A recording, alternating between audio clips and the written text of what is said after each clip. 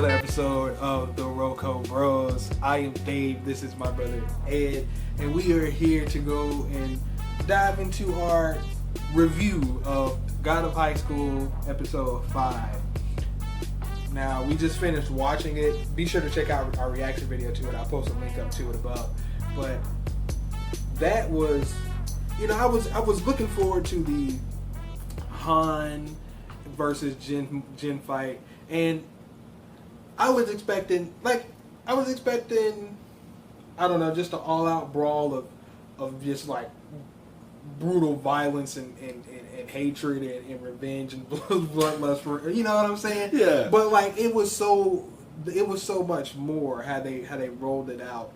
It was trying to get you into the mindset of Han and how he was feeling about the loss of his friend, but also Jin's a simple dude, like any typical shonen protagonist. A simple guy, and he's like really just mainly focused about his friends. And he's like, you're talking all this shit, and I seen what you did. I don't know why you did what you did, but hey, I'm gonna fight you till you get through what you're getting through. And he did that. He did. And because even in the end, he was like, finally, now we can have like a proper match where you're actually enjoying yourself, because you're fighting for something. You're fighting for something. You're fighting differently than you have been fighting before. Mm-hmm. So something clearly happened to your reason for fighting. That's why Park Mujin tried him, because Park Mujin is clearly looking for what he is calling tigers. Like these tigers are like, I guess, vicious, whoop your ass martial artists who have a great deal of potential. So I also I like this series because it's not leaving anybody in the dust.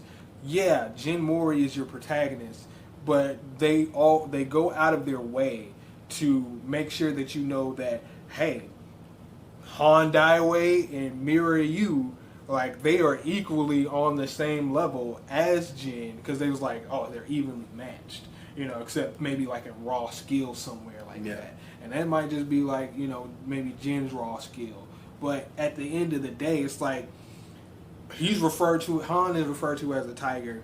Mira had a handicap with that wound against Han. So it's like, these are top tier individuals. So they're all ranking up together. It's not just some, this guy just leagues above the rest of them. And I hope it doesn't get like that.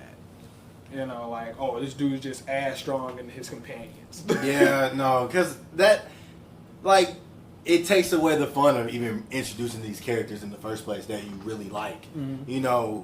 I feel like, I hope it doesn't go that way, but I feel like Naruto had that problem, right?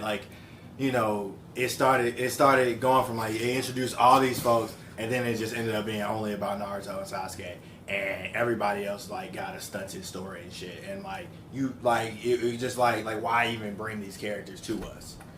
But what you said and what I like about God of High School is that they spend an equal amount of time on all your main protagonists, and you really understand the reasons and why they're fighting and what they do, and the reasons why they're all together and they stand together and they're on the same level. This is just a really good anime. It's exciting. It has feels. It has dope animation and storytelling. This episode is amazing. I can't believe it's only episode 5. I can't wait to see what happens next. When they were going into I think it was the fight with Jin and Han, and I don't know, they stopped in the middle of the fight as he was releasing as Han was releasing his black tortoise, and went to a scene with Mira going to the hospital. And we're like, well, what the fuck? It's like, we're trying to see these guys scrap, and you just kind of just intervene with that. But for the short amount of time that clip was, it got me invested in what that particular scene was talking about. It wasn't just we're just cutting away just to be cutting away and extend the time. No, it had some some pertinent information in there to what was going to be happening later on in the story, but it also drew you in to the point where it's like, well, shit, I wouldn't mind watching another 30 seconds of this or a minute of this, and then all of a sudden they switch back to the fight, and it's like, well, shit, I damn near forgot that was going on. And they do that to me like every week. I forget that what the previous thing was going on prior to them cutting, as opposed to me like, why am I fucking here watching this shit? Give me the fight scene. No, every second of this fucking anime is something that I'm willing to watch because it's so well paced, and where everything is pulls out a different feeling out of me, and that's what this episode did. It really did, man. It really did. Like, no, like, it's just like, no, the way that they frame everything is just so dope. Like, even like this man, like the details, bruh. Like this man Han using the blue dragon attack, but when he was walking out down the tunnel, he was cast in blue, and like that, like, and for that to be his most powerful move, that's like that connection right there. That shit, that's crazy, and like that's dope, and like the level of detail that goes into it, that you can really tell that they care about the story, care about the characters, and care about the way that they're telling the story.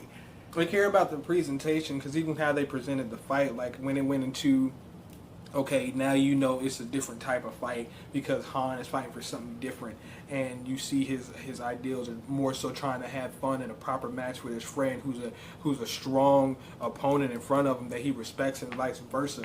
So it's like they went from an abstract art of like, you know, like flowing paint. You know, like if somebody's painting something, it was like very abstract but real, like very flowing.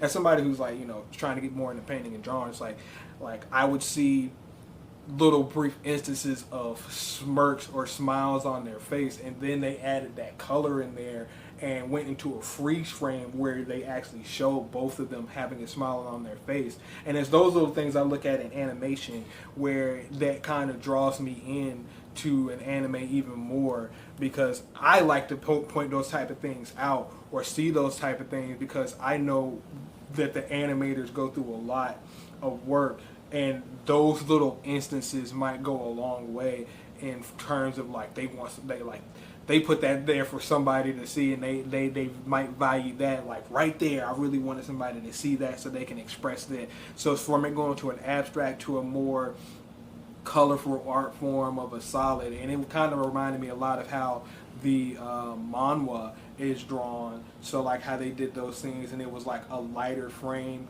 and like they had like an aura around them and a white screen. So it was like it was so artistic, which lets me know like that how they were fighting was like on an artistic level. Like it is a martial arts, but the art between the two of them is like masterful.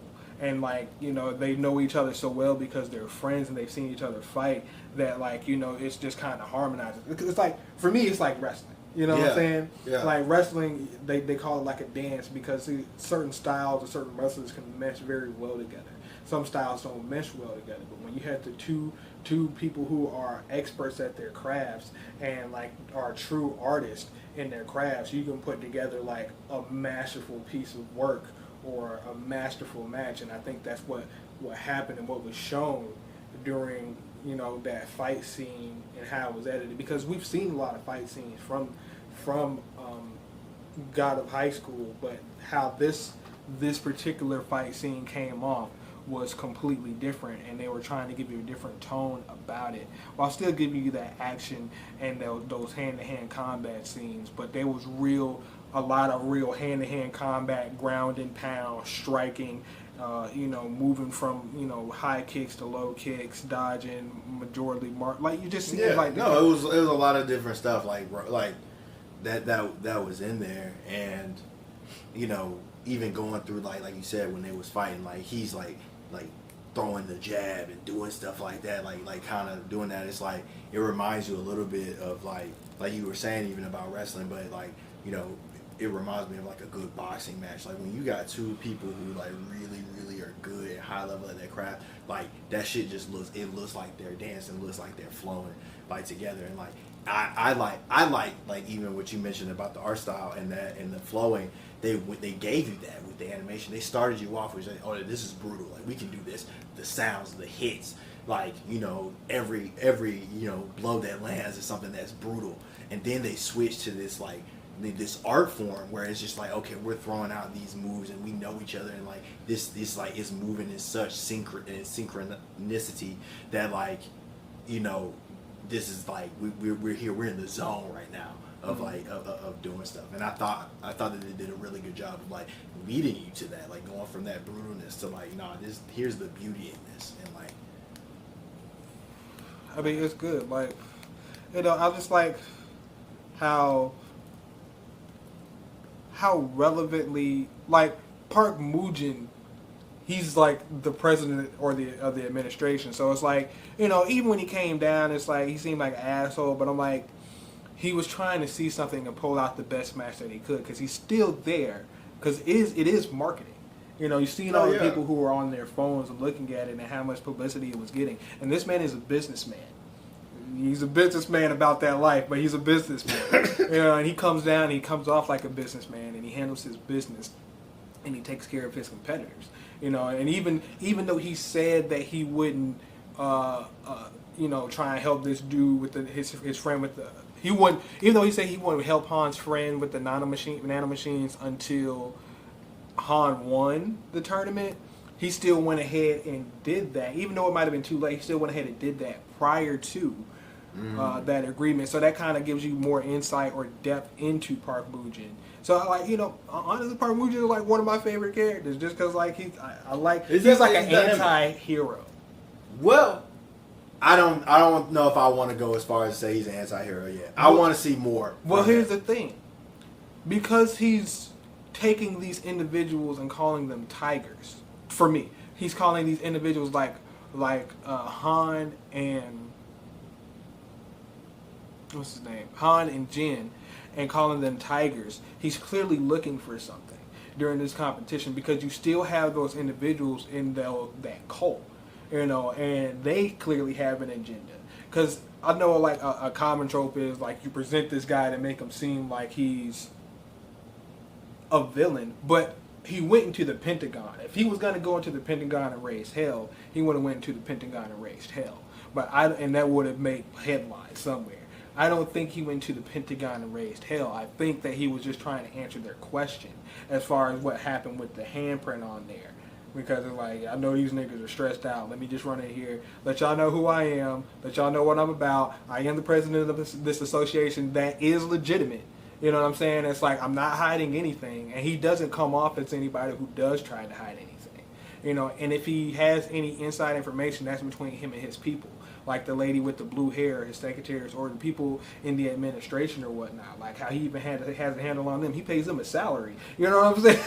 You know what I'm saying? And he correctly punishes his individuals, whether they be a competitor or someone in his employ. Like 3 months, you're getting your salary docked. You know what I'm saying? I'm like, you know, like I said, he's a businessman. He's coming off to me. So like, I'm not sure if he has like pure evil intent or agenda at this point. Like, even though they might make it seem like that, because I feel like there's a deeper plot.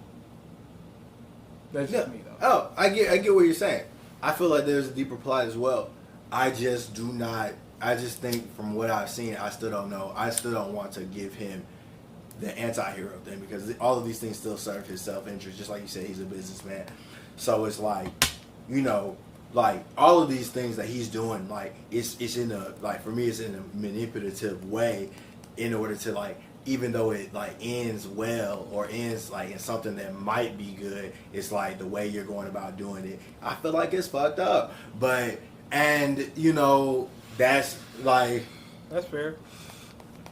So by that reason, like I feel like, you know, because I don't think that he rented the Pentagon just to let them in. I think he went in there just to let niggas know, like, Yujiro Hanma, like, it just was like, yeah, no, at any time I can fuck this shit up, and I need you to know. That nigga's just an asshole. He is. He's a completely different type of asshole. Like, but anyway, guys, we hope you enjoyed the review. Like we said, go ahead and check it. If you haven't already checked it out, check out our live reaction. I'm going to link it up above. The that's that, guys. That's all we got. It's gonna be the end of the episode for us. So we're gonna be signing off. Make sure you like, share, and subscribe, and comment below. What was your favorite part of the episode? What did y'all like? You know, and what do y'all look forward to the most seeing next? But yeah, I mean, man, just like, you know, come see us, man. You know, please check out our other content, and until next time, y'all, be easy. Peace.